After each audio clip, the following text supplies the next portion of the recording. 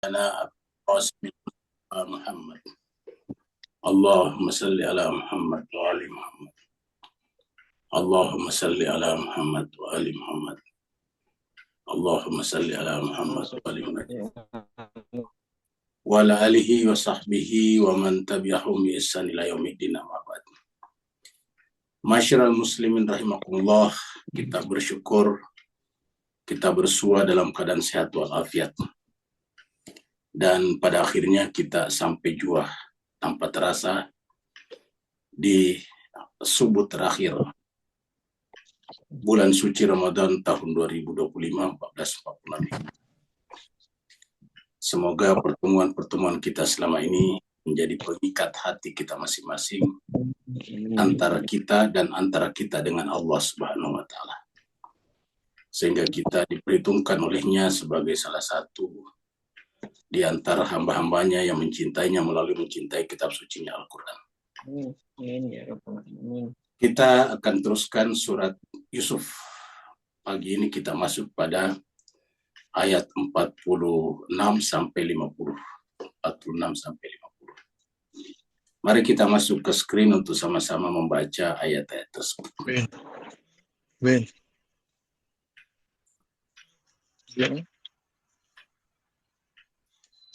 Ya. Macam mana nak kasih dia kecil, dia besar? A'udzu billahi minasy syaithanir rajim. Bismillahirrahmanirrahim. A'udzu billahi minasyaitonir rajim. Bismillahirrahmanirrahim. Yusuf ayyuhas siddiq aftina fi sab'i baqaratin siman.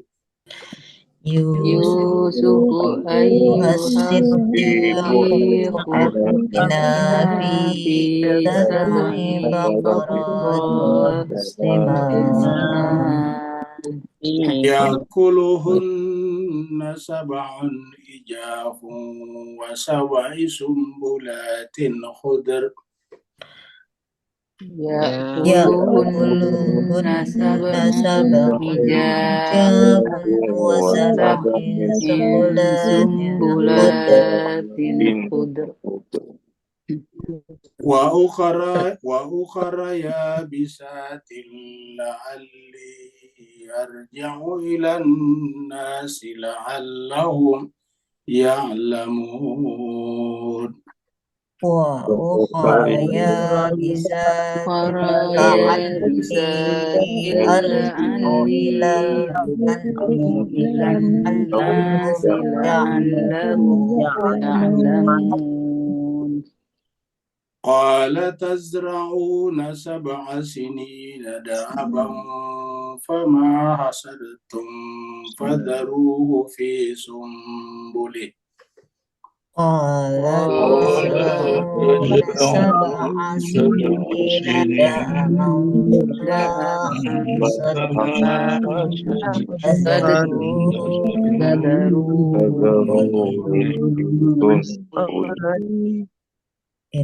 فزرعوه في سنبله إلا قليلا مما تأكلون. فزروه في سنبله قليلا مما تأكلون. ثم يأتي من بعد ذلك سبع شداد. ثم يأتي من بعد ذلك شداد يأكلن ما قدمتم لهن إلا قليلا مما تحسنون. يأكلن ما قدمتم لهن إلا قليلا مما تحسنون. Thumma ya'ti min ba'di dzalika 'amun fihi yughath. ثم ما يأتي يأتي من من بعد بعد ذلك ذلك عام فيه Fihi yughathun nas wa fihi ya'sirun. فيه يغاث الناس وفيه يعصرون وقال الملك ائتوني به فلما جاءه الرسول وقال الملك ائتوني به فلما جاءه الرسول قال ارجع إلى ربك فاسأله ما بال النسوة قال ارجع إلى ربك فاسأله ما بال النسوة ما بال النسوة اللاتي قطعن أيديهن ما بال النسوة اللاتي قطعن أيديهن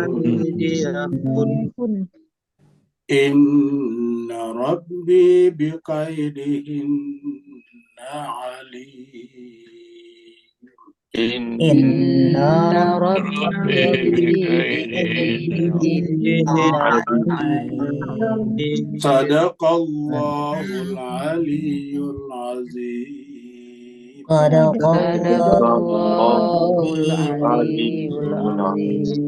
اللهم صل صل وسلم وسلم وبارك بارك على على رسول رسول الله وآله على على رسول رسول الله وآله اللهم صل على اللهم صل محمد على وآل محمد محمد اللهم صل اللهم صل على محمد على اللهم صل على محمد وعجل فرجه.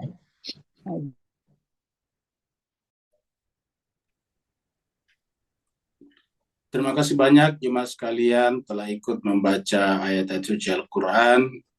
Semoga pembacaan kita tadi di subuh terakhir bulan suci Ramadan ini menjadi catatan penting bagi Allah SWT untuk kita semuanya, agar puasa kita selama 1 bulan diterima, ibadah-ibadah wajib dan sunnah kita diterima, salat-salat malam kita diterima, malam-malam Lailatul Qadar kita diterima, dan terutama kekhusyuan kita kepadanya juga diterima Allah SWT.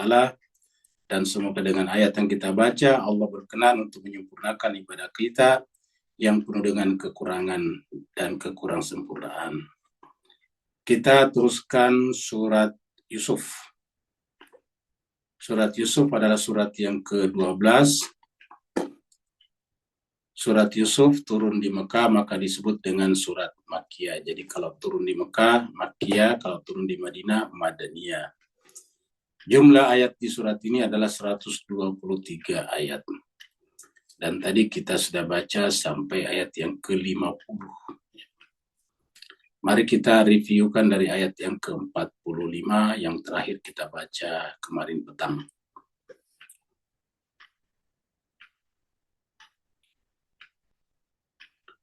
Di sini Allah SWT berfirman, A'udzubillahi minasyaitonirrajim, Bismillahirrahmanirrahim.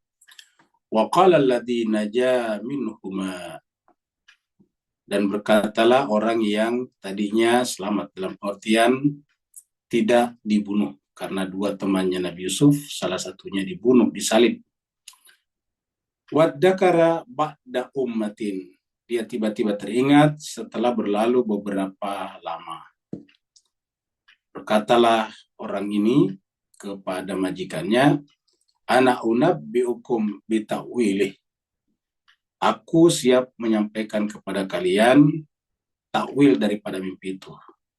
Tetapi syaratnya fa'arsiluni, utuslah aku untuk masuk ke penjara, untuk menjumpai orang itu, karena orang yang tahu takwil mimpi itu ada di penjara. Kita masuk ke ayat baru. Ini adalah tanaman gandum. Yusuf. Jadi ceritanya orang itu, utusan tadi sudah sampai di penjara.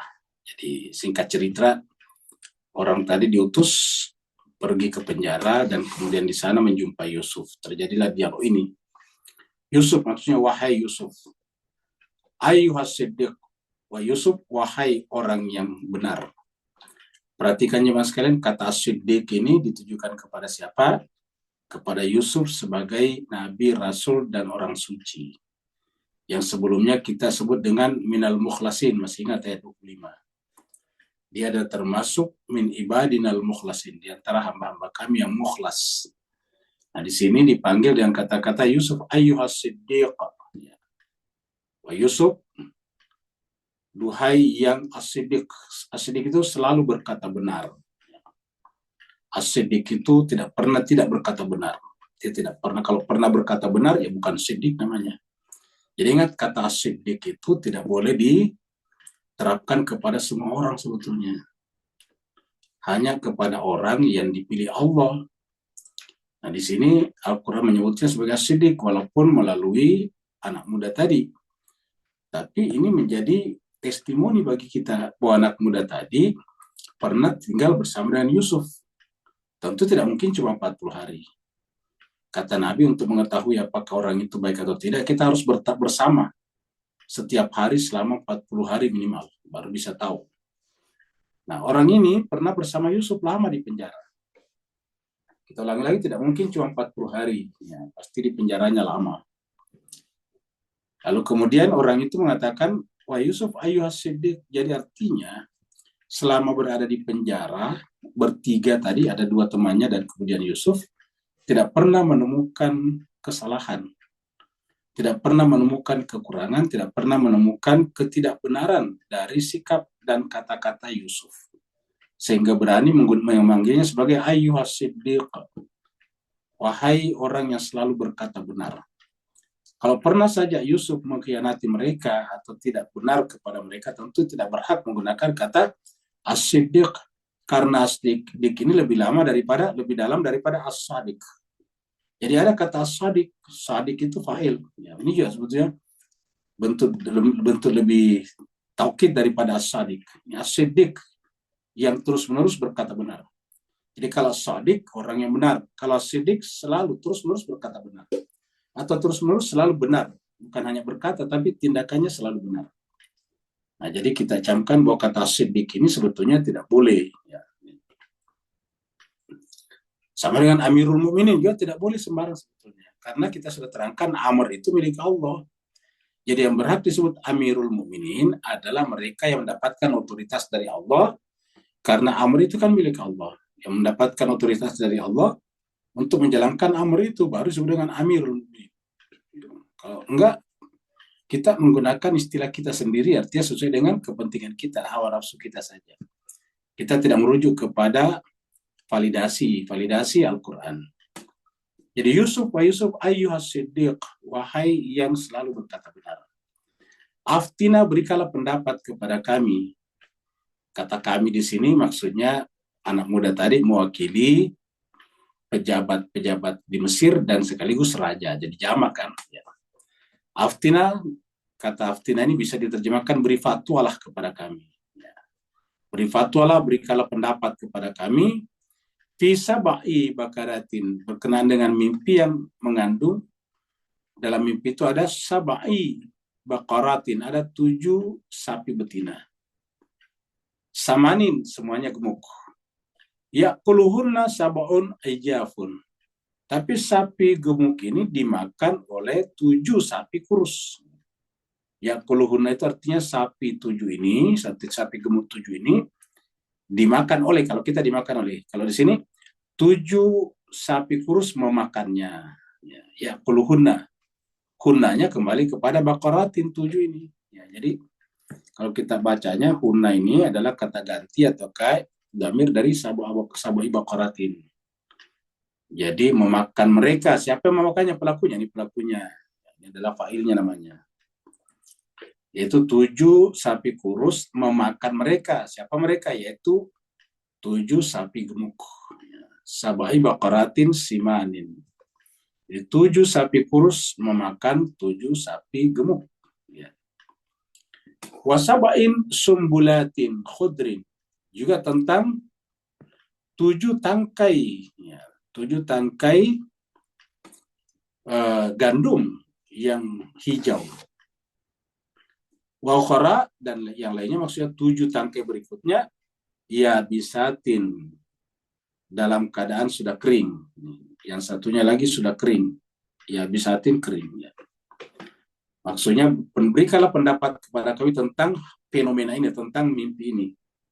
7 sapi gemuk dimakan oleh 7 sapi kurus, kemudian 7 tangkai gandum yang hijau dan 7 tangkai gandum yang kering. Berikanlah pendapatmu tentang itu, la'alli agar aku. Ini baru aku di sini karena yang berbicara adalah si pemuda. Tadi di sini Aftina karena mewakili semua tadi pejabat dan raja. Sekarang mewakili dirinya, la'alli, mudah-mudahan aku arjiu kembali. Ya tentu yang kembali cuma dia, maka la'alli. Ya. Mudah-mudahan aku arjiu bisa kembali ila nasi, kepada nas, ya maksudnya kepada mereka tadi itu semuanya. Yang diwakili nun di sini yaitu kepada raja, kepada para pejabat. Supaya aku bisa kembali kepada mereka, la'allahum ya'lamun. Supaya mereka mengetahui, supaya mereka tahu tentang rahasia mimpi tersebut. Ya, kita lihat dulu kata siddiq di sini, karena ini penting sekali. Karena kita selalu bagusnya menggunakan Al-Quran. Karena kalau kita memberikan gelar kepada seseorang tidak merujuk kepada Al-Quran, karena hawa nafsu namanya. Sedangkan Al-Quran itu adalah kitab suci yang tidak boleh dicampuri hawa nafsu. Nabi saja, Nabi Muhammad yang paling otoritatif terhadap Al-Quran tidak mungkin menggunakan hawa nafsu, apalagi kita. Artinya seandainya kita berandai-andai, seandainya Nabi menggunakan hawa nafsu, berarti hawa nafsunya yang terterangi dengan cahaya. Tapi itu tidak. Di dalam Al-Quran dikatakan, wa ma yantiqu anil hawa in huwa illa wahyun yuha. Tiadalah Nabi itu berbicara berdasarkan hawa nafsunya. Wa ma yantiqu anil hawa, hawanya hawa nafsunya. In huwa, tiadalah yang dia sampaikan itu illa kecuali wahyun yuha, wahyu yang diwahyukan. Jadi tidak boleh masuk. Nah, penggunaan kata-kata seperti ini, seperti khalifah juga begitu sebetulnya. Kalau kita menggunakan khalifah kepada orang yang melakukan pembunuhan, ya salah. Kalau toh kita menggunakan khalifah di situ ya sebagai bahasa. Dan yang dimaksud khalifah di situ khalifahnya manusia, jangan disamakan dengan khalifah Allah. Bayangkan kalau kita sebut khalifah Allah karena memerintah di wilayah Islam, tapi dia kerjanya membunuh. Nah, coba. Berarti kita mengatributkan pembunuhan itu perintah Allah. Ini kan menjadi apa namanya? Menjadi falasi yang sangat besar. Ya. Jadi dari sebab itulah kita lihat kata siddiq di sini.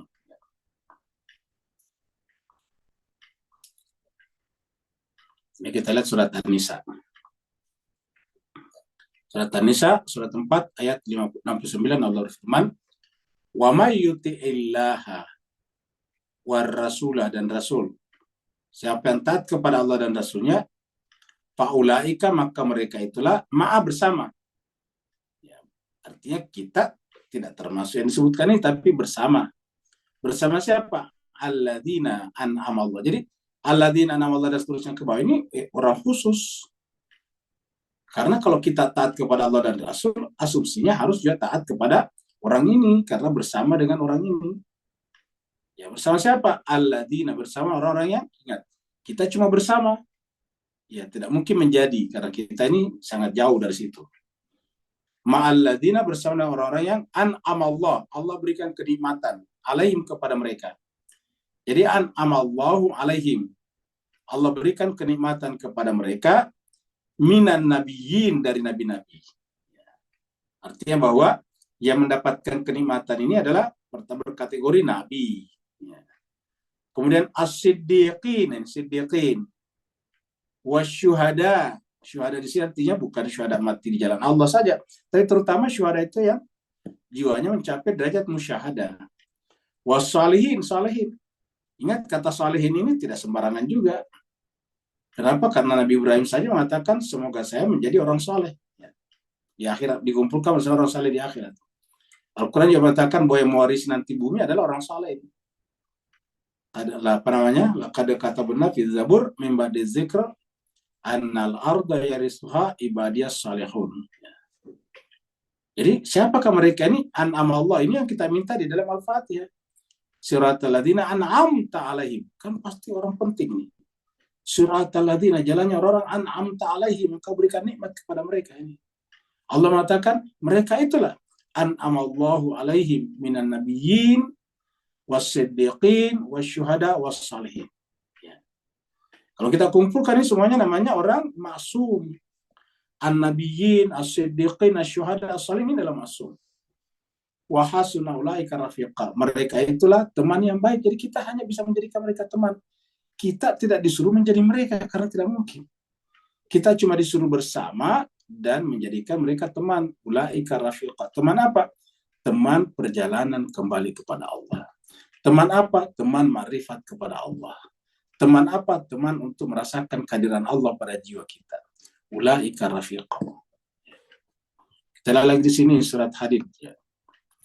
Surat 57 ayat 19. Allah berfirman, walladzina amanu, dan orang-orang beriman bila kepada Allah wa rusulihi, dan rasulnya, ulaika humus siddiqun, mereka itulah orang yang siddiqun.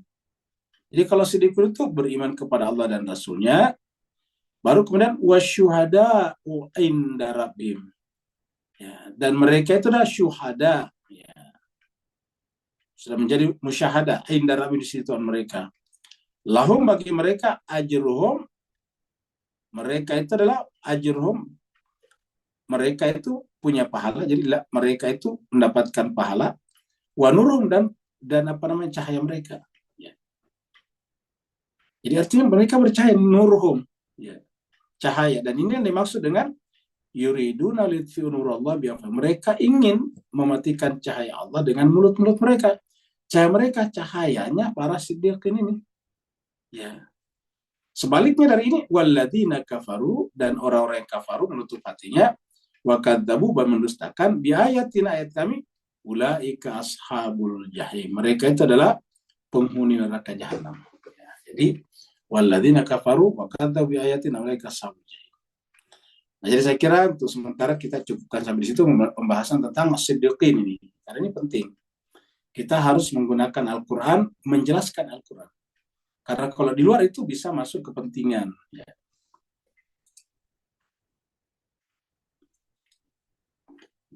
Ini juga adalah tanaman gandum.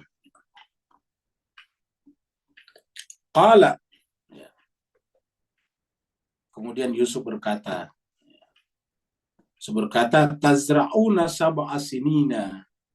Kalian menanam sab'a sinin selama 7 tahun, da'aban. Da'aban itu artinya seperti biasa. Ya. Jadi kalian menanam selama 7 tahun seperti biasa, artinya hasilnya bagus. Ya. Seperti biasa artinya seperti selama ini. Fama hasadatum, maka kemudian selama 7 tahun ini kamu panen. Jadi fama hasadatum, apa saja atau berapa saja yang kalian panen, fadaruhu fi sumbulihi, maka tinggalkanlah di dalam tangkainya, jangan dipisah. Karena kalau gandum atau padi itu dipisah dari tangkainya cepat rusak. Karena kan sudah tidak dapat suplai nutrisi. Makanya Bapak Ibu kalau melihat misalnya penjual-penjual jeruk biasanya, biar jeruknya itu tahan lama, itu dengan tangkainya di sana, dengan daunnya malah yang masih hijau. Kalau dipetik satu-satu tidak ada daunnya, cepat rusak itu. Bahkan bekas lubang tempat menggantungnya itu biasa kemasukan ulat di situ. Nah, supaya tidak begitu, maka biasanya jeruk itu bukan dipetik satu-satu, tapi dipotong tangkainya. Sehingga kita lihat membelinya di pasar masih ada tangkainya, masih ada daunnya. Nah, begitulah juga. Model yang dipakai sekarang ini sudah ada di Quran, sudah dilakukan Nabi Yusuf jauh sebelum Nabi Isa lahir. Ya.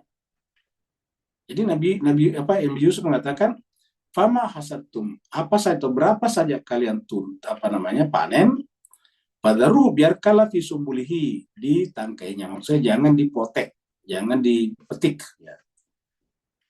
Jangan juga dibuat jadi padi jadi beras, ya. Dibiarkan saja di tangkainya. Illa kalian kecuali sedikit mimma takulin yang kalian mau makan. Jadi kecuali sedikit yang kalian mau makan. Jadi artinya di sini banyakkan disimpan, illa qalila mimma takulun yang akan kamu makan. Apa yang kita bisa pelajari di sini, jemaah sekalian? Yang kita pelajari di sini adalah investasi, ya. Investasi itu beda dengan menabung. Kalau menabung menyimpan saja, kalau investasi membuat nilainya bertambah. Ya, ingat, investasi menyimpan juga, tapi nilai bertambah, nilai tambahnya ada. Ya, tetapi kalau cuma sekedar menabung, simpan, dan yang kita tabung itu nilainya bisa turun. Kenapa? Karena setiap tahun kan ada inflasi namanya, ada penurunan nilai uang terhadap barang. Ya. Jadi kalau demi disimpan ditabung saja, nanti lama-kelamaan nilainya menurun. Ya. Bagi bapak-bapak ibu yang tinggal di Indonesia, per hari ini $1 Amerika itu sudah 16.600-an. Ya paling murah mungkin 16.500, 16.600-an lah. Ya, tadinya $1 itu cuma 15.000 rupiah sekian. Jadi artinya turun nilainya sebanyak 1.000-an rupiah. Bayangkan itu turun kan nilainya. Artinya bahwa nilai rupiah kita turun karena untuk membeli $1 butuh 16.000, tadinya cuma 15.000, kan turun namanya. Ya, jadi turun nilai rupiah itu. Nah, padahal ini baru 1-2 bulan terakhir sudah turun sekian. Kalau dari 15.000 ke 16.000 turun 1.000 per 15.000, berapa persen itu? Ya. Sudah hampir sekian persen. Jadi dengan demikian itu terjadi penurunan nilai namanya. Nah, makanya supaya nilainya tidak turun, jangan dipotek, jangan dipetik, simpanlah di sumbulihi. Ya. Jadi dengan demikian apa yang diajarkan Nabi Yusuf di sini, yaitu penting namanya store of value, menyimpan nilai. Jadi salah satu fungsinya investasi itu store of value, nilainya disimpan. Contohnya misalnya kita beli simpan duit atau simpan emas. Nah tentu simpan emas, karena kalau emas menyimpan nilai. Karena nilai rupiah fiat selalu turun terhadap emas. Jadi supaya nilai uangnya tidak turun, ya beli emas, kira-kira begitulah. Kalau kita beli mobil, harga mobil lama-lama jadi turun. Mobil itu kalau sudah dipakai turun, dari tahun ke tahun turun, begitu. Jadi artinya kalau kita beli mobil sekarang harga 100 juta, nanti 10 tahun kemudian dijual paling tinggal 50 juta misalnya. Nah, kalau kita beli sekarang emas 100 juta, nanti pada tahun 10 tahun kemudian kita jual sangat mungkin sudah 200 juta. Nah, itu namanya investasi. Jadi ada penambahan nilai dan ada penyimpanan nilai. Jadi ada value added-nya dan ada juga store of value-nya. Ya. Itu yang dibicarakan Yusuf di sini. Coba kita lihat di sini. Ya, kalau cuma menyimpan saja, ya enggak dipetik aja dari sini. Tapi kata-katanya, ma hasadatum fazaruhu fi sumbulihi. Apa saja yang kalian petik, maka biarkanlah di tangkainya. Illa qalilan. Ini juga pengajaran sangat luar biasa. Sebesar apapun atau sekecil apapun pendapatan kita, harusnya ada yang bisa disimpan. Ya, dengan cara apa? Mengurangi konsumsi kita. Misalnya kita sudah terbiasa mengkonsumsi 10.000. Usahakan konsumsinya cuma 8.000 atau 7.000, supaya 3.000 disimpan. Kalau berdasarkan ayat ini, justru yang dimakan itu cuma sedikit, yang dikonsumsi sedikit, yang disimpan banyak. Karena ada kata-kata illa qalila. Illa qalila mimma ta'kulun. Kecuali sedikit yang kalian makan. Jadi ayat ini luar biasa, Al-Quran itu luar biasa. Melampaui ilmu ekonomi yang diajarkan oleh Adam Smith. Ingat, ekonomi sekarang, ekonomi kapitalistik, itu nanti menjadi populer, menjadi sistematis diajarkan oleh namanya Adam Smith. Dalam sebuah buku yang sangat terkenal, The Wealth of Nations. Jadi anti Adam Smith yang mengajarkannya. Adam Smith baru 100-200 tahun yang lalu. Bagaimana dengan ini Al-Quran? Bahkan ini Nabi Yusuf sejak jauh sebelum Nabi Musa. tapi sudah mengajarkan sendiri. Karena ini apa? Dari Allah. Ya. Jadi, artinya jemaah sekalian, kalau umat Islam benar-benar strict berpegang teguh kepada Al-Qur'annya, umat Islam itu luar biasa. Tidak jadi bangsa pengemis seperti sekarang. Ya. Mohon maaf, bangsa Islam itu bangsa pengemis. Seperti yang kita ceritakan, kenapa Mesir tidak bisa membela Palestina? Ya tergantung dananya dari Amerika. Coba lihat sekarang Sudan, Bapak Ibu ikuti Sudan, itu perang saudara terjadi. Kudeta demi kudeta terjadi. Ya. Padahal negara itu punya cadangan emas yang lumayan besar, tetapi ya gitulah ribut. Nah, jadi jemaah sekalian berbahagia, jadi pemikiran ekonomi kita kurang. Kita sudah terbiasa diajarkan untuk menengadahkan tangan. Padahal Nabi mengatakan bahwa yadul a'la khairun min yadus sufla, min yadis sufla. Tangan di atas itu lebih bagus daripada tangan di bawah. Nah, bagaimana kita tangan di atas kalau tidak punya investasi? Ya. Nah, Al-Quran mengatakan berdasarkan ayat ini, fama hasadtum fazaruhu fi sumbulihi. Berapa saja yang kamu panen, maka jangan dilepaskan dari tangkainya. Ya. Illa kecuali simpan sedikit saja. Untuk apa? Untuk yang kalian makan, untuk kebutuhan konsumsi. Jadi berdasarkan ayat ini, nilai investasi harus lebih besar daripada nilai konsumsi. Kalau setiap rumah tangga atau setiap orang nilai investasinya lebih besar dari konsumsinya, pasti maju. Ya. Pasti maju. Ya. Tapi kalau lebih besar konsumsinya daripada investasinya atau produksinya, pasti mundur. Kata pepatah Melayu, lebih besar pasak daripada tiangnya. Harusnya kan lebih besar tiang daripada pasaknya. Ya. Kalau lebih besar pasak daripada tiang, apa yang terjadi? Tidak bisa masuk di tiangnya. Ya, itu kan tiang ada lubangnya, di pasak itu masuk di situ. Nah, jadi jangan sampai kita lebih besar pasak daripada tiang. Kalau kita selalu lebih besar pasak daripada tiang, apa yang terjadi? Kita menjadi namanya bangsa konsumtif dan terus-menerus terjerat oleh utang, pinjol, dan pinjol. Begitu tidak punya jatah pinjol lagi, terpaksa kepada bank keliling. Lebih parah lagi daripada pinjol. Pinjol lebih parah daripada sistem perbankan. Oh, luar biasa. Dan inilah yang menjelaskan kenapa banyak umat Islam di Indonesia yang terjebak pinjol dan bank keliling. Ya. Jadi illa qalilan mimma ta'kulun. Ini coba camkan ini jemaah sekalian bagi kita umat Islam. Karena ini Al-Quran. Makanya dikatakan surat Yusuf itu adalah cerita yang paling baik, ahsanul qasas. Karena semua aspek, semua dimensi ada di dalamnya. Dari moralitas, spiritualitas, sampai kepada ekonomi. Luar biasa. Multidimensi di dalamnya. Coba kita lihat di sini ayatnya. Coba kita baca surat Al-Hasyr, surat 59-19. Nah, ini sejalan dengan itu tadi. Apa kata Allah? Allah berfirman, ya ayyuhalladzina amanu, wahai orang beriman, ittaqullah, bertakwalah kepada Allah. Ya, berarti ada di dalamnya perintah puasa, karena untuk bertakwa kan salah satunya adalah berpuasa. Jadi di sini ada di dalamnya, include di dalamnya berpuasa, karena berpuasa itu la'allakum tattaqun. Sedangkan ini perintahnya adalah ittaqullah, bertakwalah kepada Allah.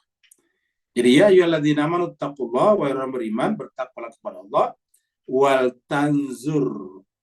Lamnya di sini perintah, lamul amr namanya. Hendaklah nafsu setiap diri, setiap orang, tanzur memperhatikan. Jadi hendaklah atau wajiblah, lamnya kan taukid, lamnya kan ini adalah amar. Hendaklah setiap diri memperhatikan atau wajiblah setiap diri memperhatikan, mencermati apanya? Ma qaddamat ligat, apa yang akan ditemuinya hari esok. Jadi berdasarkan ayat ini, cara pandang umat Islam terutama orang bertakwa itu adalah bukan hari ini. Ingat, esok, kata Nabi Yusuf tadi, esok bukan sekarang. Yang sekarang sedikit saja ala kadarnya. Qalilan mimma ta'kulun, untuk yang kalian makan. Tapi yang nanti disimpan lebih banyak. Kenapa? Wal tanzur nafsum ma qaddamat ligat. Setiap diri harus memperhatikan esoknya, tomorrow-nya, future-nya. Hendaklah menyaksikan akan datangnya, jangan sekarangnya. Karena sekarang kita hidup. Tapi bagaimana dengan esok? Belum tentu. Kenapa? Karena belum tentu esok kita punya sesuatu. Wal tanzur nafsum ma qaddamat ligat. Wattaqullah, diapit dengan kata takwa. Ittaqullah. Apa di tengah-tengahnya? Ittaqullah. Di tengah-tengahnya wajib memperhatikan hari esok, bukan hari ini. Jadi selalu berpikir ke depan. Ya, seperti tadi kata Nabi Yusuf, simpanlah untuk ke depan. Kecuali sedikit yang kau makan hari ini. Jadi jadilah investor dan jangan jadi konsumer. Wal tanzur nafsum ma qaddamat lighadin wattaqullah, dan bertakwalah kepada Allah. Innallah, sungguhnya Allah, khabirum bima taf'alun, Maha mengetahui apa yang kalian kerjakan. Ini surat Al-Hasyr 18. Kita lihat lagi surat An-Nisa di sini ayat 9 ya. Ini surat 4 ayat 9. An-Nisa, An-Nisa ayat 9 ya. Ini dia pakai lam juga. Lamnya juga lamul amr namanya, lam perintah. Amr itu perintah. Wal yakhshal ladina, wajiblah bagi orang yang, ataukah haruslah orang yang lau taraku, seandainya dia meninggalkan min khalfihim, di belakang mereka, dzurriatan, keturunan yang diafa lemah. Hendaklah apa? Hendaklah takut. Ya, coba. Hendaklah takut. Wal yakhsha. Hendaklah takut. Maksudnya itu hendaklah berhati-hati. Hendaklah mempersiapkan masa depan zuriatnya. Wal yakhsha alladziina law taraku min khalfihim dzurriatan diafa. Kenapa? Jangan sampai keturunan kita menjadi beban bagi orang lain. Apalagi beban bagi masyarakat, apalagi beban bagi agama. Harusnya kan zuriat itu menjadi penguat agama, bukan justru menjadi beban agama. Bayangkan kalau agama sudah lemah, terus orang-orangnya, umatnya bergelantung padanya. Ini salah. Harusnya agama ini dipikul oleh orang-orangnya, bukan digelantungin. Wal yakhshal ladzina law taraku min khalfihim dzurriatan diafa. Tapi agama sekarang ada kecenderungan tempat bergelantung. Harusnya agama itu dipikul.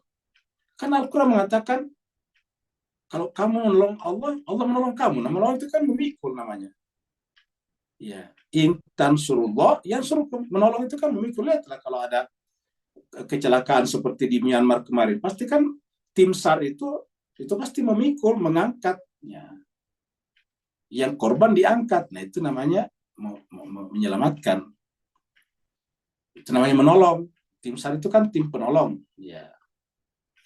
Tim penolong. Ya. Jadi wal yakhsha, hendaklah takut orang-orang yang lau taraku, seandainya meninggalkan min khalfi, belakang mereka, dzurriatan, keturunan anak-anak diafa yang lemah. Al-Quran luar biasa. Kalau kita lihat Al-Quran, nggak mungkin komunitas Islam itu tertinggal seperti sekarang.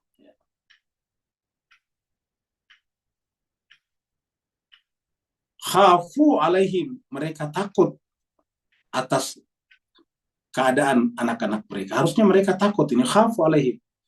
Harusnya ini sudah menggunakan kata yakhsha. Ya, ini takut juga diterjemahkannya. Khafu sebetulnya takut juga. Yakhsha itu sebetulnya hendaklah dia hatinya terenyuh. Ya. Khusyuk itu kan terenyuh. Hendaklah dia hatinya terenyuh. Menyaksikan anak-anaknya kalau dia lemah. Dan dia khawatir jangan sampai menjadi beban orang lain. Khafu alaihim. Ya. Harus takut akan keadaan mereka. Coba, ini Al-Quran bilang, Pak sekalian. Baru falyattaqullah, hendaklah bertakwa lagi. Jadi namanya bertakwa itu jangan hubungkan hanya puasa Senin Kemis terus-menerus. Bertakwa itu hanya salat malam. Ini memperhatikan masa depan anak-anak juga adalah takwa kepada Allah. Tadi memperhatikan hari esok juga adalah takwa kepada Allah. Ingat tadi surat Al-Hasyr. Ya ayyuhalladzina amanu taqullaha wal tanzur nafsum ma qaddamat lighad wattaqullah. Ini juga di sini nih. Wal yakhshal ladzina law taraku min khalfihim dzurriatan diafa khafu alaihim falyattaqullah. Wal yaqulu qawlan sadida. Dan dalam mendidik anak-anaknya selalu menggunakan kata-kata yang benar, yang baik, yang berbobot, yang berkualitas. Wal yaqulu qawlan sadida. Ya. Jadi jemaah sekalian, ini kita sudah lihat apa yang dilakukan Nabi Yusuf tentang Nabi Yusuf, tapi dua ayat yang kita baca tadi, surat Al-Hasyr dan surat An-Nisa, itu tidak ada kaitannya dengan Nabi Yusuf lagi. Itu adalah bersifat umum. Ya. Bukan cerita Nabi-Nabi tadi itu. Ya. Jadi Nabi Yusuf mengatakan apa? Fama hasadatum fadaruhu fi sumbulihi. Berapa saja atau apa saja yang kalian tuai, kata-kata mainnya apa saja, jadi bisa gaji, bisa upah harian, bisa apa saja, jangan dikonsumsi semuanya. Ya. Jangan dikonsumsi semuanya, tetapi simpan untuk investasi supaya memperbaiki masa depan. Kalau tidak bisa investasi, akan selama-lamanya menjadi bergantung kepada pihak lain. Hanya akan menjadi bangsa, hanya akan menjadi komunitas peminta-minta, mengharapkan bantuan. Yang lebih mengkhawatirkan lagi, yang lebih menyedihkan lagi, yang menolongnya adalah negara yang justru mengirim senjata setiap hari ke Israel, membunuh saudara muslimnya di sana. Illa qalilan mimma ta'kulun, kecuali sedikit yang kalian untuk makan. Ya, kita lihat ya berikutnya lagi. Nah, tadi ada saat panen raya. Tadi kan hijau. Jadi gandum yang hijau tangkainya tadi itu adalah menunjukkan panen raya. Nah, pada saatnya nanti akan ada tiba masanya seperti yang kita lihat di video ini. Kering kerontang, semuanya warna kuning, tidak bisa tumbuh padi, tidak bisa tumbuh gandum. Coba kita lihat. Ya, hewan saja ini berkeliaran kemana-mana mencari makanan. Kenapa? Karena musim kering yang panjang, tidak ada hujan. Musim paceklik. Summa ya'ti, karena ini kata Nabi Yusuf. Summa akan, kemudian ya'ti akan datang. Mimba didali setelah itu. Jadi setelah 7 tahun berturut-turut itu musim panen, setelah itu mimba didalik, muncul sabaun syidadun. Muncul 7 tahun berturut-turut juga syidat. Syidat itu adalah kita sebutkan dengan paceklik ya. Musim paceklik, musim kemarau panjang. Ya. Ingat Bapak Ibu sekalian, namanya hidup itu tidak bisa dikatakan mulus terus, nggak ada hidup yang mulus terus. Siapa yang menyangka kalau Bangkok tiba-tiba kena dengan kena petaka seperti ini? Siapa yang menyangka? Ya. Nggak ada. Kejadiannya di Myanmar yang banyak gunung runtuh misalnya diantaranya di Bangkok. Ya. Bayangkan ada bangunan yang sedang dibangun roboh seperti dipasangi detonator ke bawah. 90 pekerja masih tertimbun di dalamnya. Ya. Semuanya terjadi tak terduga. Kalau misalnya pembuat bangunan itu tidak mengasuransikan bangunannya, ya dia akan rugi sebesar itu. Jadi summa ya'ti min ba'di dzalika sab'un syidadun. Setelah 7 tahun masa musim panen raya, panen besar, maka pada saatnya nanti akan muncul sab'un syidad, 7 tahun juga berturut-turut musim paceklik, musim kering. Ya. Yaqulna ma qaddamtum. Pada saat itu karena tidak ada hasil, tidak ada panen, tidak ada gandum atau padi yang bisa tumbuh, apa yang dilakukan? Nah, tadi investasi digunakan. Coba kita lihat. Investasi digunakan. Yaqulna ma qaddamtum lahunna. Pada saat itu kamu akan memakan apa yang qaddamtum tadinya kamu sediakan, kamu siapkan. Qaddamtum tadi di depan sana kamu siapkan, kamu tabung kalau sekarang istilahnya. Kamu investasikan lahunna untuk itu. Tapi ingat, jangan juga dimakan semuanya illa qalila, kecuali sedikit. Untuk apa? Nanti ditaruh lagi pada saatnya nanti harus ada benihnya lagi. Ya. Jadi illa qalila mimma tuhsinun. Nanti kita simpan lagi untuk apa? Untuk jadi benih. Coba bayangkan kalau dimakan semuanya. Begitu nanti musim hujan datang, nggak ada lagi benih. Kan nggak bisa berlanjut pertanian. Jadi Al-Quran itu luar biasa. Ya. Al-Quran luar biasa. Tidak mungkin orang Islam itu ini begini modelnya kalau benar-benar umat Islam itu strict berpegang teguh kepada Al-Quran. Bukan hanya menjadi penghafal Al-Quran, tapi penghayat Al-Quran. Menghayati Al-Quran. Ya. Jadi yaqulna ma qaddamtum lahunna illa qalilan mimma tuhsinun. Ya. Kecuali sedikit dari yang tadinya kamu simpan. Jadi yang kita simpan tadi, ya kita makan lagi, tapi disimpan sedikit. Ya. Untuk apa? Untuk benih. Kalau benih kan tidak perlu banyak sekali benih. Ya. Jadi coba, jadi tidak pernah kehabisan. Orang beriman itu tidak pernah kehabisan. Jadi orang beriman itu asumsinya harus selalu membagi. Kalau dia tidak punya uang, bagi ilmu. Tidak punya ilmu, bagi tenaga. Pokoknya orang beriman itu berpikir memberi, dan memberi.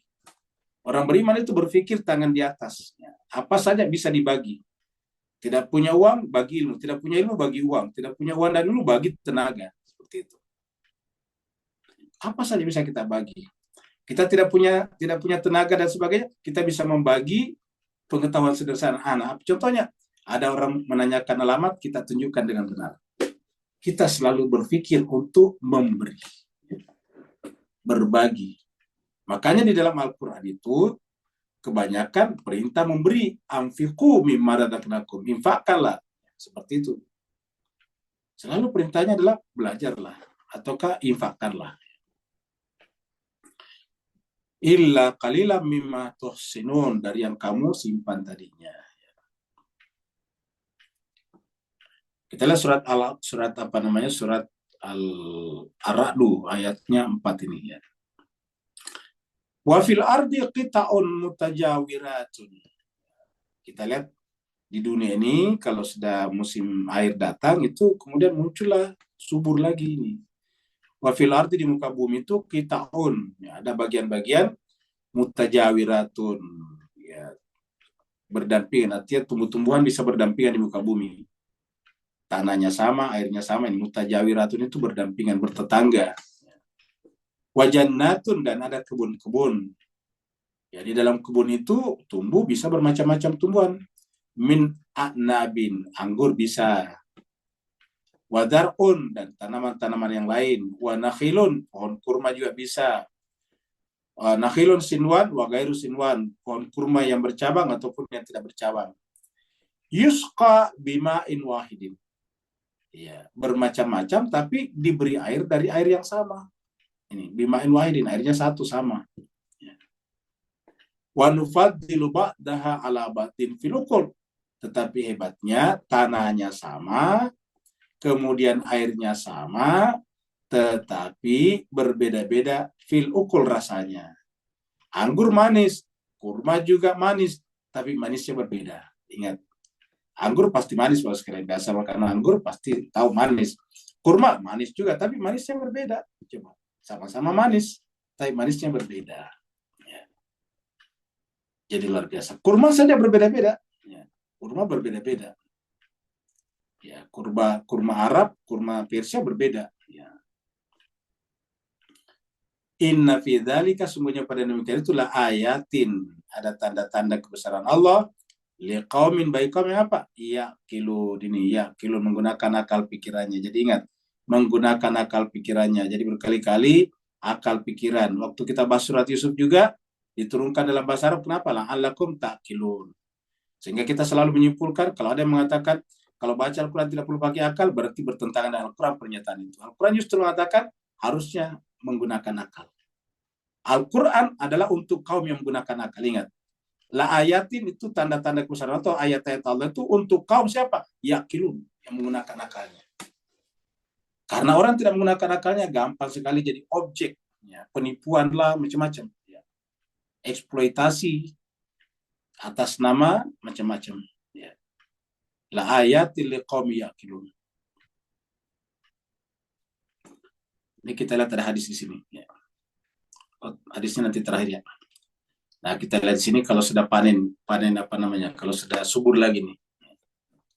Kita lihat itu sana sudah hijau lagi, berbuah lagi. Sekarang bukan hanya bisa makan buah anggur, bahkan orang-orang bisa menyalahgunakannya untuk membuat minuman keras. Tapi ini anggaplah ini bukan minum keras, ini adalah katakanlah ini adalah jus anggur ya. Summa ya'ti min ba'di dzalika. Setelah itu kemudian datang amun, ya, summa ya'ti min ba'di dzalika amun fihi yugas. Nah, setelah tadi berlalu maka datang lagi tahun-tahun yang di dalamnya itu yugatun, banyak hujan nih.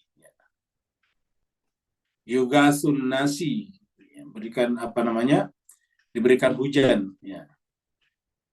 Jadi summa ya'ti min ba'di dzalika amun.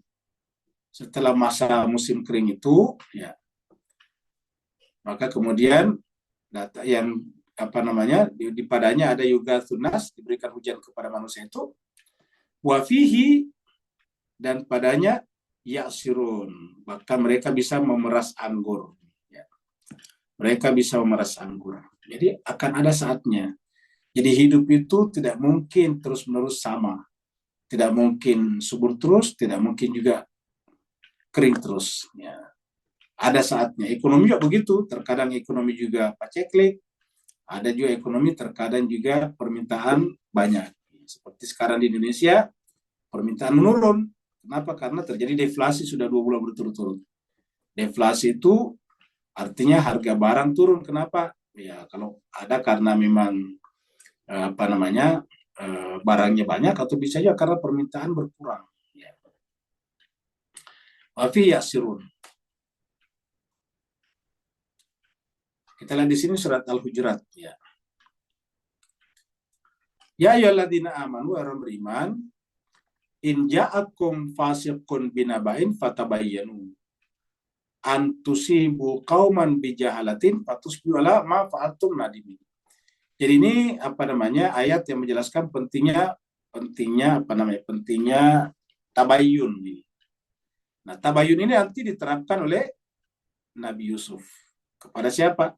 Kejadian yang menimpanya menyebabkan dia di penjara. Mari kita kembali dulu ke sini. Nah, coba kita lihat di sini, sampai di sini adalah bahwa pada masa itu akan muncul kembali musim panen yang panjang. Ya. Jadi intinya adalah bagaimana caranya kita menyiasati kehidupan sebetulnya. Ya satu, kita harus pahami bahwa kehidupan ini adalah kenyataan, realitas. Kita hidup. Dan yang namanya hidup butuh pendukung-pendukung. Seperti kita hidup di sini. Ya karena tadi kita bisa makan subuh, makan sahur.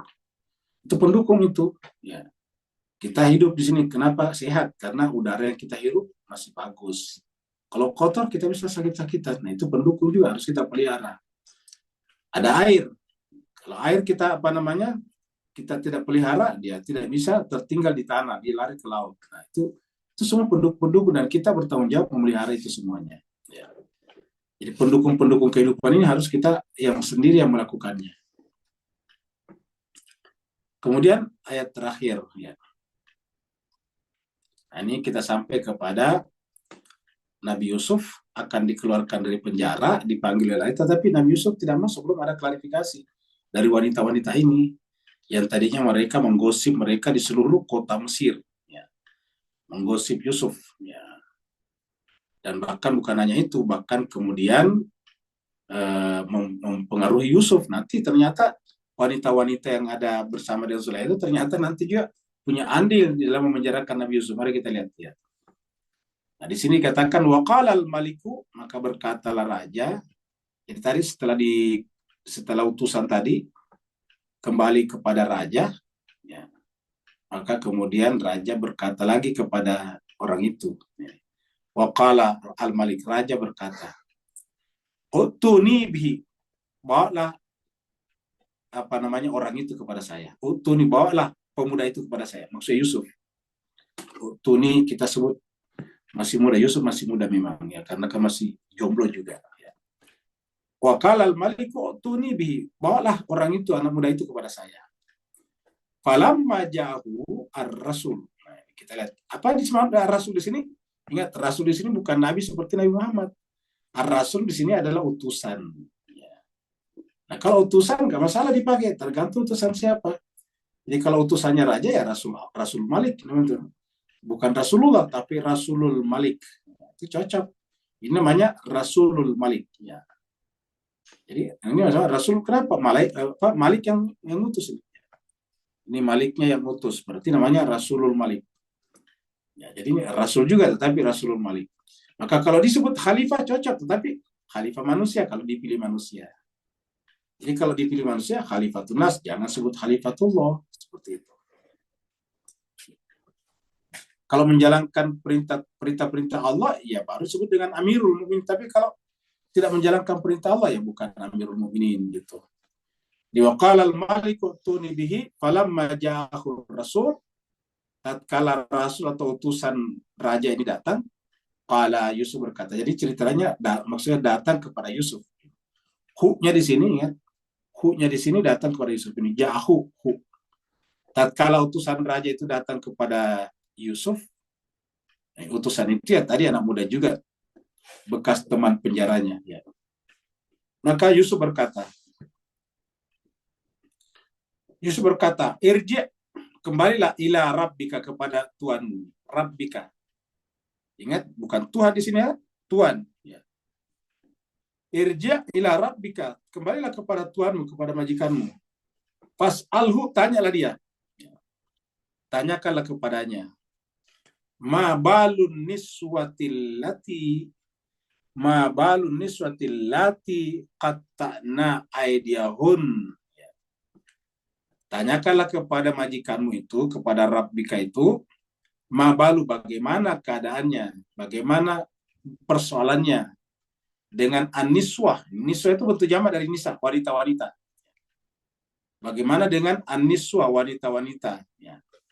Alati yang qatta'na, yang telah memotong atau melukai aydiyahun, tangan mereka. Nah, kan berarti semuanya nih bentuk jamak nih. Niswa bentuk jamak, ya. Ini juga alati, si maksudnya pasti jamak juga. Qatta'na ini adalah bentuk jamak untuk perempuan orang ketiga. Aydiyahuna ini juga, huna menunjukkan orang ketiga perempuan, jamak. Ya. Jadi coba tanyakan kepada majikanmu bagaimana dengan perempuan-perempuan yang telah memotong tangannya itu. Dan artinya mereka lah yang memfitnah saya. Jadi kalau kita lihat ini alurnya, jemaah sekalian ya, kalau kita lihat ini alurnya, ini cerita ketika Zulaiha mengundang wanita-wanita ini, niswa ini, dan ternyata terpukul oleh Yusuf, mereka berkonspirasi dengan Zulaiha untuk menggoda Yusuf. Ya. Kalau kita lihat di sini, karena kata-katanya fas'alhu ma balun niswatil lati qatta'na aydiyahun. Coba tanya bagaimana keadaannya orang-orang yang wanita-wanita yang telah memotong tangan mereka itu. Ya. Inna rabbi, sesungguhnya Tuhanku, bikai dihina. Nah, ini tipu muslihat mereka nih, kata-kata hina di sini adalah kembali ke sini tadi. Artinya bahwa semua wanita itu membuat tipu muslihat kepada Yusuf. Jadi setelah terpukul dengan kegantengan ketampangan Yusuf, mereka semua ternyata sepakat dengan Zulaiha untuk menjerumuskan Yusuf ke dalam dosa dan kemaksiatan. Ya, ini kalau kita lihat di sini. Bayangkan satu Yusuf menghadapi begitu banyak perempuan. Ya. Inna rabbi kaidihunna alim. Nah, baru rabbinya Nabi Yusuf di sini Tuhan Allah. Kalau rabbinya tadi pemuda itu ya raja, tergantung ya. Di sini rabbinya karena Yusuf yang berbicara, inna rabbi, kalau majikan saya, Tuhan saya, bikaidihinna alim, tahu tentang tipu muslihat mereka. Ya. Artinya Tuhan tahu, Yusuf pasti tahu juga. Tetapi yang menyebar di masyarakat, Yusuf itulah yang kemudian menjadi penggoda mereka. Dibalikkan itu. Ya. Jadi kasusnya Zulaiha tadi sudah selesai. Tapi begitu datang perempuan-perempuan itu, wah, bermasalah lagi. Nah, ini yang menyebabkan Yusuf masuk penjara. Inna rabbi kaidihunna alim. Ya. Nah, maka di Mas Keser bahagia, kenapa Yusuf bersikukuh untuk menanyakan ini? Karena harus ada klarifikasi dulu. Kalau bahasa sekarangnya, harus memperbaiki nama baik Yusuf dulu. Ya. Harus mengembalikan nama baik Yusuf. Maka dia bertanya, kembalilah kepada majikanmu, saya tidak akan keluar. Bayangkan, Yusuf tidak mau keluar dari penjara sebelum klarifikasi masalahnya atau sebelum nama baiknya dikembalikan. Supaya kebenaran terungkap kembali. Ya. Irji ila rabbika fas'alhu ma balun niswa. Nah, baru setelah itu kita lihat bahwa memang ini perintah Al-Quran. Coba kita lihat di sini. Surat Al-Hujurat 496. Ya ayyuhalladzina amanu, wahai orang beriman, in ja'akum fasiqun. Jika datang kepada kalian fasikun, orang fasik. Orang fasik itu adalah orang yang berbicara tentang keburukan orang. Siapa saja. Ya, orang berbicara keburukan orang. Tanpa alasan. Kalau punya alasan boleh, misalnya polisi. Ya, memang polisi untuk menginterogasi orang dan bikin laporan ke jaksa. Nanti jaksa menuntutnya di pengadilan. Jadi ya ayyuhalladzina amanu in ja'akum fasiqun binaba'in. Jika datang orang membawa berita buruk tentang orang lain, binaba'in, berita buruk tentang orang lain, fatabayyan, wajib melakukan tabayyun. Ini saya terjadi di semua komunitas, baik Sunni ataupun Syiah, sama semuanya. Kalau mendapatkan berita buruk tentang orang lain, jarang melakukan klarifikasi. Cenderung menghakimi orang berdasarkan pikirannya. Padahal ini kata kerja perintah, tabayyun dulu. Pernah nggak bertanya kepada yang bersangkutan?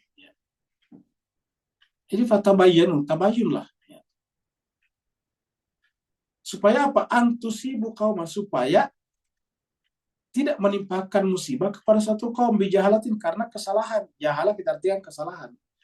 Kesalahan informasi. Bahasanya lain jahil, bodoh, tidak artinya tidak punya informasi yang benar. Ya, fatus bihu, karena kalau kamu menghakimi orang tanpa informasi yang benar, fatus bihu, maka kamu akan menjadi ala ma fa'altum, terhadap perbuatan kamu dari menyesal. Menyesalnya di mana? Kalau tidak di dunia, di akhirat. Karena di akhirat kita saling menuntut nantinya. Fatus bihu ala ma fa'altum nadimin. Karena kita cenderung gampang sekali menghakimi orang hanya berdasarkan cerita satu orang atau bahkan cerita pihak ketiga. Ada orang berseteru, orang yang ketiga menceritakannya, kita percaya. Jelas-jelas yang berseteru saja bercerita, kalau cuma satu tidak boleh dipercaya, harus dua-duanya. Ya. Tapi kita cenderung, dan ini tidak mengenal mazhab yang seperti ini kualitas berpikir, kualitas jiwa. Ya, Al-Quran mengatakan tabayyunlah, dan ini yang dilakukan Yusuf. Yusuf sederhana sekali, tabayyun dulu. Bagaimana dengan perempuan yang telah menuduh saya itu, kira-kira gitu. Nanti pada pertemuan berikutnya sebentar petang, sebentar sore, kita akan melihat bahwa wanita itu memberikan pengakuan bahwa Yusuf tidak melakukan apapun juga. Nah, baru terjadi klarifikasi. Baru Yusuf mau keluar dari penjara, menemui raja, seperti itu. Padahal kalau kita, kapan lagi ketemu raja, kapan lagi bisa keluar dari penjara, kan begitu. Tapi Yusuf menjunjung tinggi kebenaran. Jadi cerita Yusuf menjelaskan kepada kita bahwa kebebasan tidak ada artinya tanpa kebenaran. Jadi kebenaranlah yang paling tinggi, lebih tinggi daripada kebebasan, bahkan lebih tinggi daripada keadilan. Kenapa tidak ada keadilan yang hakiki kalau tidak dimulai daripada kebenaran? Jadi Yusuf mengajarkan kepada kita, Nabi Yusuf, bahwa kebebasan itu lebih dibawa daripada kebenaran.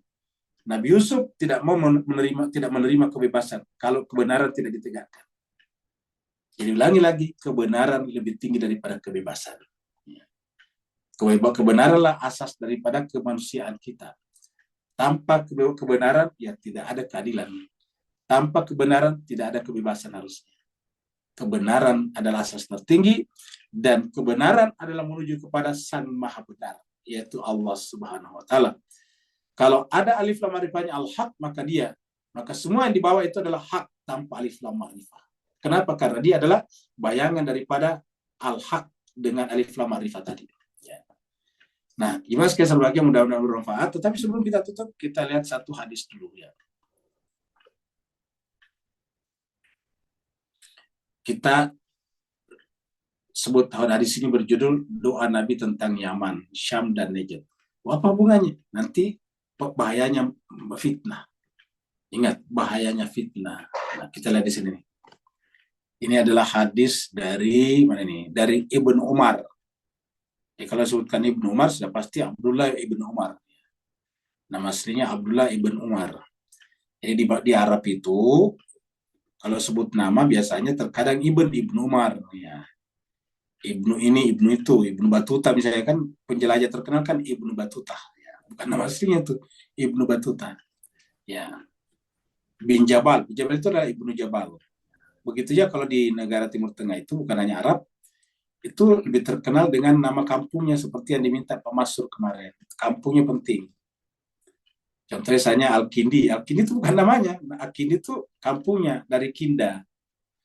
Al-Farabi itu bukan namanya, tapi Farab. Nama kampungnya Farab. Imam Khomeini itu bukan namanya, nama aslinya dia adalah Ruhullah kan. Ya, jadi kenapa disebut dengan Khomeini? Karena dari Khomein kampungnya. Ya, seperti itu. Al-Ghazali itu bukan namanya, itu kampungnya Ghazal.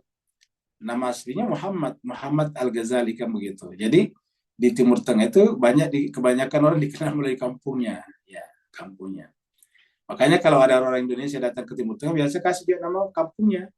Seperti Nawawi Al-Bantani dari Banten, begitu pada saat itu Banten, masih ada kerajaan Banten. Ya. Yusuf Al-Makassari, begitu. Jadi selalu dikaitkan. Kenapa? Supaya tidak kacau dengan nama Yusuf yang lain, tidak kacau dengan Nawawi yang lain. Kan banyak nama Nawawi ya.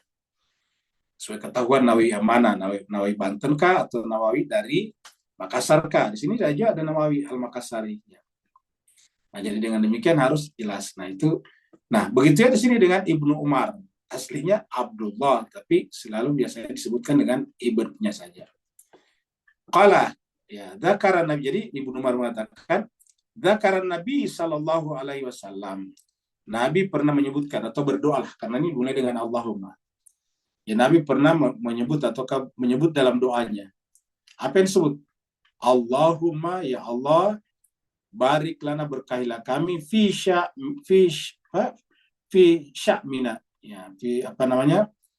Syam kami, fi syamina, bukan syamina, syamina di sini. Allah membarik lana fi syamina. Ya Allah, berkahilah kami dalam negeri Syam kami. Nah, Syam itu adalah level ya, sekarang level namanya, masuk di dalamnya sekarang Palestina, termasuk Israel yang sudah ngambil Palestina. Israel kan tidak ada dulu, yang ada di situ Palestina. Jadi Palestina, Lebanon, Suriah itu masuk kategori Levant tadinya itu, dan itu masuk kategori Syam. Yang ibu kotanya Damaskus ya, dulu. Jadi fi Syamina, Allahumma barik lana fi Yamanina. Ya Allah, berkahilah kami dalam Yaman kami. Kalau mereka berkata, ya Rasulullah, wa fi Najd, tambahkan juga Najd kami. Najd itu Najd. Ya. Najd itu bagian tengahnya Saudi. Yang namanya sekarang Riyadh itu berdiri di Najd. Ya, kan itu di tengah. Kalau Madinah itu namanya dulu Hijaz, karena di pinggir. Jadi Saudi itu terbagi dua. Di pinggir arah Laut Merah, seperti Mekah, Madinah, itu kan ke arah Laut Merah. Itu namanya Hijaz. Kalau ke tengah itu ke arah padang pasir, sampai ke arah Teluk Persia dulu sana, itu namanya Najd. Ya. Jadi yang tidak sampai ke Teluk, maksudnya yang ke arah Teluk Persia, itu namanya Najd. Nah, di sini katakan wafi Najd, dan juga Najd kami. Ya. Fa'azunnu qala, lalu kemudian belum lagi ya. Allahumma barik lana fi Syamina, Allahumma barik lana fi Yamanina. Kemudian mereka berkata, ya Rasulullah, wa fi Najdina. Fa'adunu, saya berpikir, kata perawi hadis, saya berpikir, qala, ya, dia Nabi berkata, fi salisati. Pada yang ketiga, maksudnya ini berarti 3 kali ini. Berarti tiga kali diulangi. Begitu dikatakan, ya Rasulullah, fi Najdina, diulangi lagi. Tidak disebut Najd. Diulangi lagi, Allahumma barik lana fi Syamina, Allahumma barik lana fi Yamanina. Baru tambah lagi, sama berkatakan, ya Rasulullah, wa fi Najd. Tidak juga Nabi menambahkan sampai 3 kali. Setelah 3 kali baru Nabi berkata, bukan mendoakan, berkata, hunaka az-zalazilu. Disitulah muncul kegoncangan. Di sanalah muncul persoalan besar. Wal fitan, dan fitnah. Ya. Di sanalah muncul kegoncangan besar dan fitnah besar. Ini al-fitan. Wabiha yatlu'u qarnu syaitan. Dan di tempat itu juga nanti yang munculnya tanduk syaitan. Di sanalah munculnya qarnu syaitan. Qarnu itu adalah tanduk syaitan. Ya, jadi inilah jemaah sekalian berbahagia. Hadis ini Imam Bukhari nomor 6565. Dan ini hampir seluruh hadis ada ini. Banyak sekali hadis ini bertebaran di mana-mana. Bukan hanya muttafaq alaih, tapi masyhur di berbagai hadis. Nah, jadi jemaah sekalian berbahagia, apa yang bisa kita tangkap dari sini? Yaitu sampai Nabi tidak mendoakan tempat yang menjadi tempat fitnah. Jadi dengan demikian, memfitnah tadi Nabi Yusuf, wajarlah kalau Nabi Yusuf tidak mau keluar dari penjara, kalau tidak diklarifikasi dulu persoalannya, atau kalau tidak dikembalikan nama baiknya. Ini menunjukkan bahwa kita yang sekarang ada di abad ini, janganlah dengan gampang kita memfitnah orang. Ya. Menceritakan keburukan orang, mazhab orang, agama orang, jangan sama sekali. Karena ini adalah menyangkut masalah kebenaran. Ya. Terima kasih banyak atas perhatian Bapak Ibu sekalian. Sebelum kita tutup dengan diskusi, kita sampaikan bahwa ini adalah subuh terakhir kita bulan suci Ramadan, dan berarti bahwa ini adalah tadabbur terakhir kita di waktu subuh.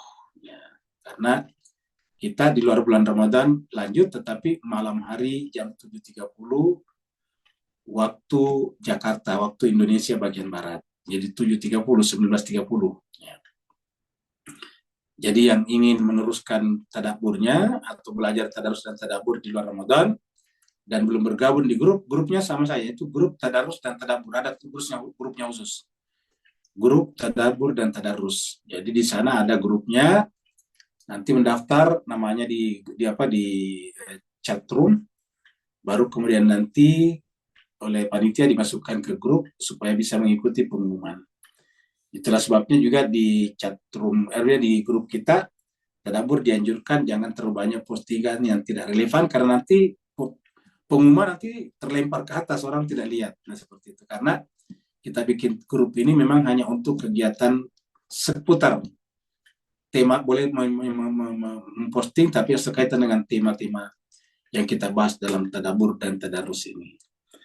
Terima kasih banyak atas kebersamaan Bapak Ibu sekalian selama ini.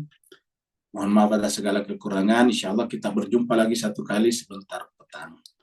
Tapi yang mungkin tidak bisa ikut sebentar petang, saya Al-Fakir mengucapkan terima kasih atas kebersamaannya, dan sekaligus mohon maaf atas segala kekurangan Al-Fakir selama ini. Mohon dimaafkan. Mari kita saling mendoakan agar kita bisa diberikan keselamatan dunia dan akhirat. Yang mau bertanya dipersilakan.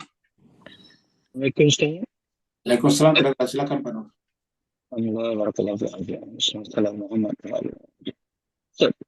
Bolehkah kita terinspirasi bagaimana Nabi SAW prihatin pada Syam dan Yaman lalu mendoakan, dan kita pula setelah mendengar kisah Nabi Nuh AS dengan Nabi Yusuf AS, maka kita terinspirasikan sebuah idea kalau Jakarta, selain daripada Jakarta dipindahkan ke pusat pemerintahan baru Nusantara tadi, demi untuk menghadapi megatrust kepada negara yang paling ramai Muslimnya tadi. So megatrust yang berada di Sumatera, di bawah Jawa tadi akan mengakibatkan a very big tsunami serta big flood. Maka bolehkah idea ni dipinjam pakai daripada Quran tadi? Aircraft carrier kononnya diciptakan jadi floating platform yang meletakkan greenhouse dome.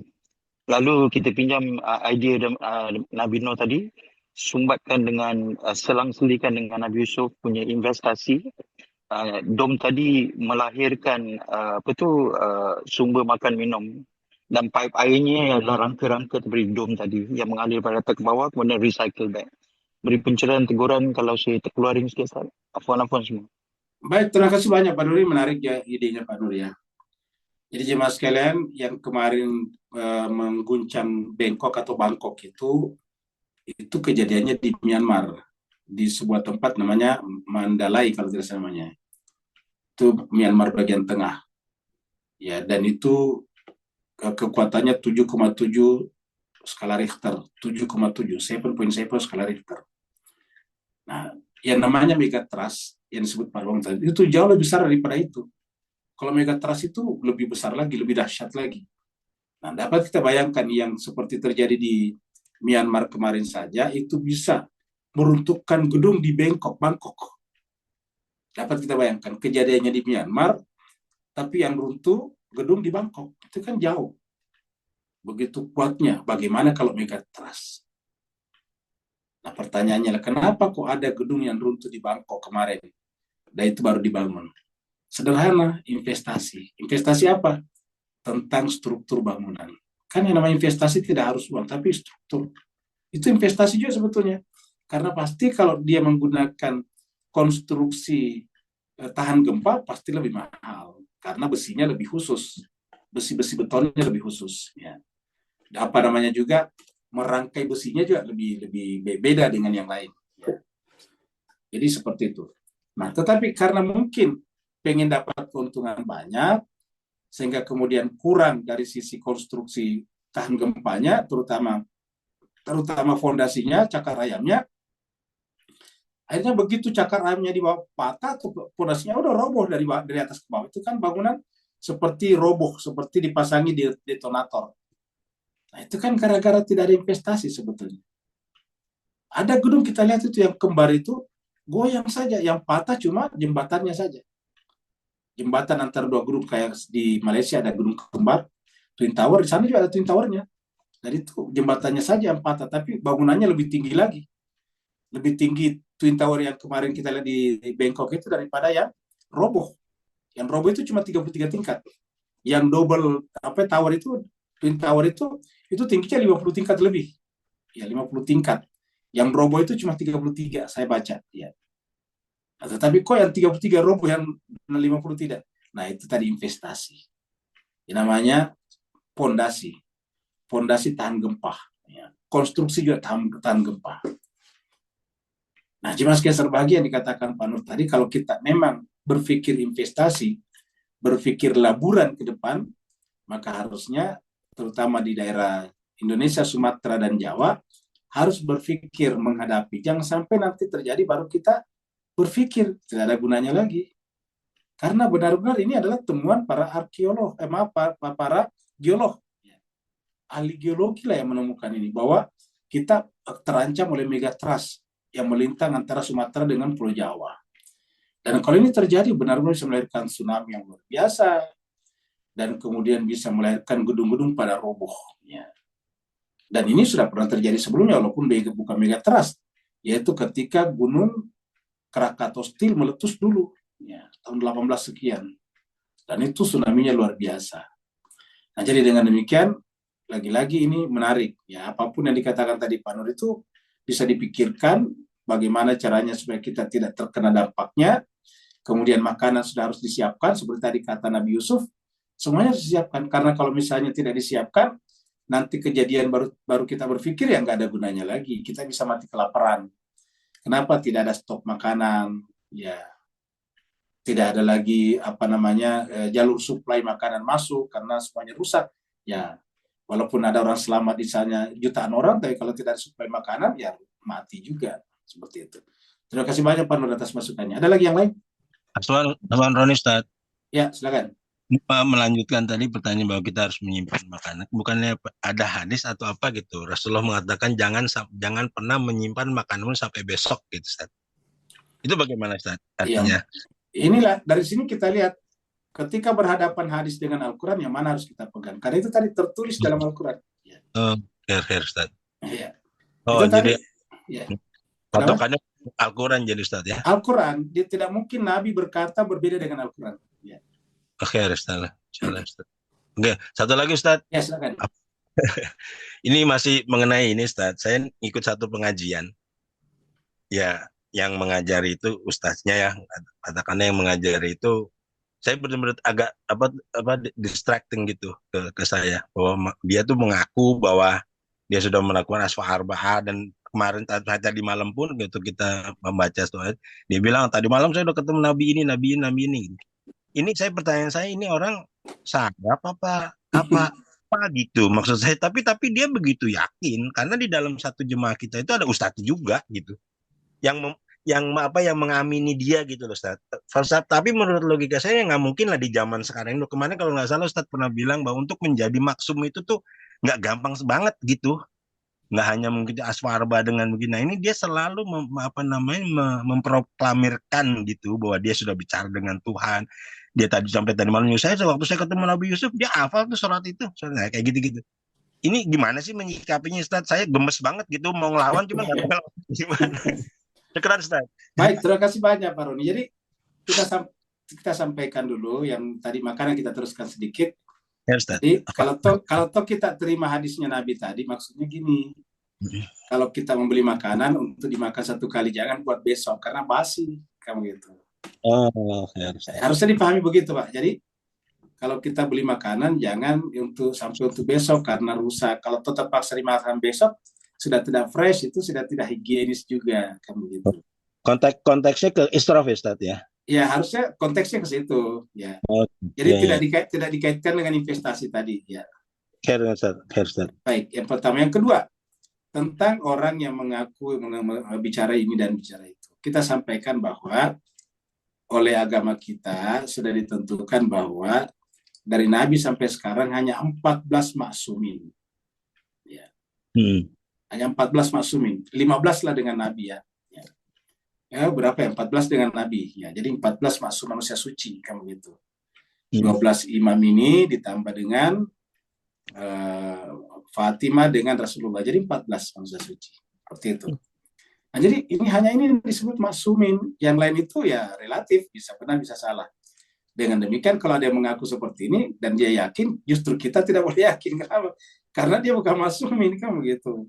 Ya Ustaz. Dia bukan terjamin, dia bisa salah, bisa benar. Yang kedua, setiap orang yang mencapai derajat seperti itu tidak pernah menceritakan dirinya.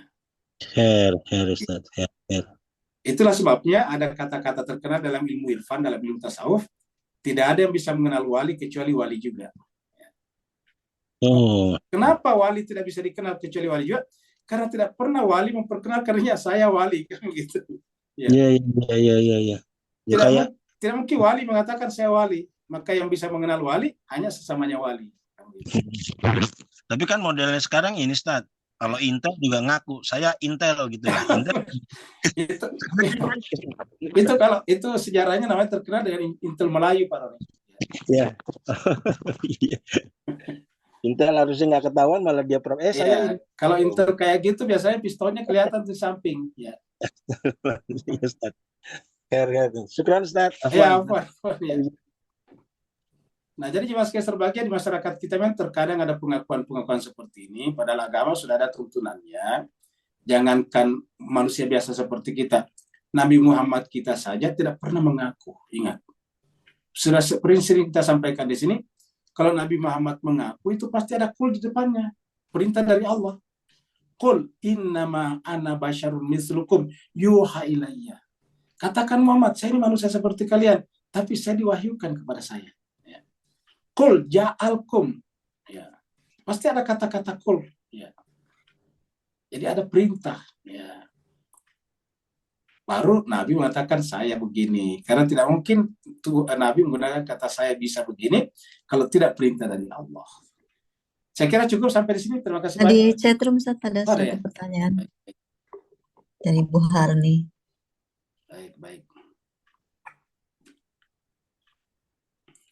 Ibu Suharni Haryanto. Tentang investasi yang disampaikan di Al-Quran sebenarnya sangat bermanfaat buat kita muslimin dimanapun berada. Terutama saat ini di mana lebaran banyak bonus atau THR yang didapat, betul sekali. THR-nya jangan dikonsumsi semuanya, simpan ya. Akhirnya habis untuk pulang kampung, betul sekali Bu Hardi. Dan begitu pulang nanti dari kampung udah sakit kepala gitu. Dan konsumsi seputar lebaran, betul sekali. Buatlah makanan seadanya, secukupnya.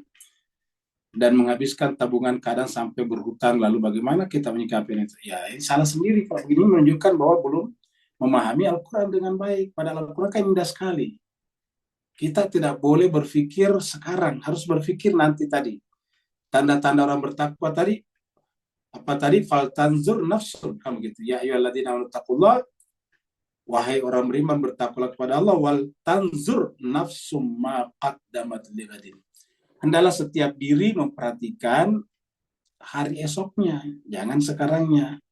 Dengan demikian, makanya terus terang Mas, kita berharap sebetulnya orang-orang Islam ini, terutama yang mengaku-ngaku sebagai pecinta keluarga Nabi, rajinlah mengaji, membaca Al-Quran. Karena sayang sekali mengaku sebagai pencinta keluarga Nabi yang merupakan istri kepada Al-Quran, tapi tidak belajar Al-Quran. Ini memprihatinkan sekali. Apa dasar pengakuan kita sebagai pengikut keluarga Nabi kalau tidak mencintai Al-Quran?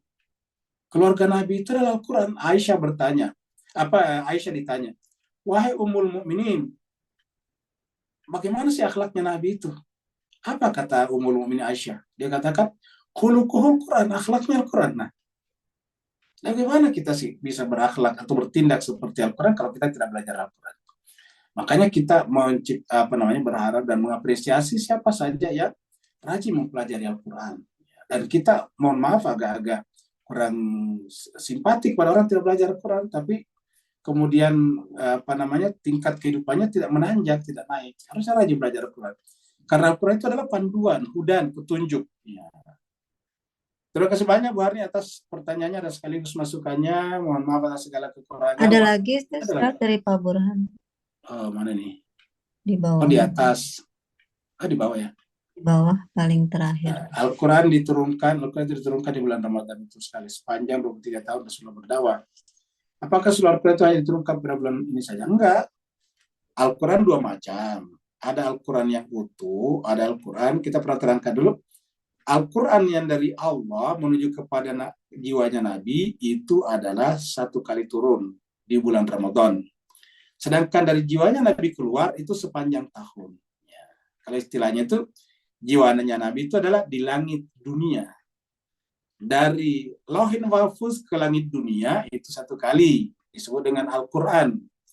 Dari jiwanya Nabi atau langit dunia ke dunia kita ini, ke kita manusia, itu tergantung daripada pertanyaan, kasus, dan sebagainya yang lalu disebut dengan asbabun nuzul. Seperti itu. Jadi, yang turun di bulan Ramadan itu 1 kali. Makanya hu-nya itu 1 kan, inna anzalnahu, bukan inza'alnahunna. Bukan inna anzalnahunna, tapi inna anzalnahu. Ya. Jadi hu-nya itu tunggal Al-Quran itu. Ya, jadi Al-Quran itu diturunkan pada bulan Ramadan. Dan yang terburai-burai atau yang terpisah-pisah ini, yang tergantung pertanyaan, yas'alunaka dan sebagainya, qul itu adalah turunnya dari jiwanya Nabi keluar. Diungkapkan Nabi seperti itu. Terima kasih banyak. Wassalamualaikum warahmatullahi taala wabarakatuh.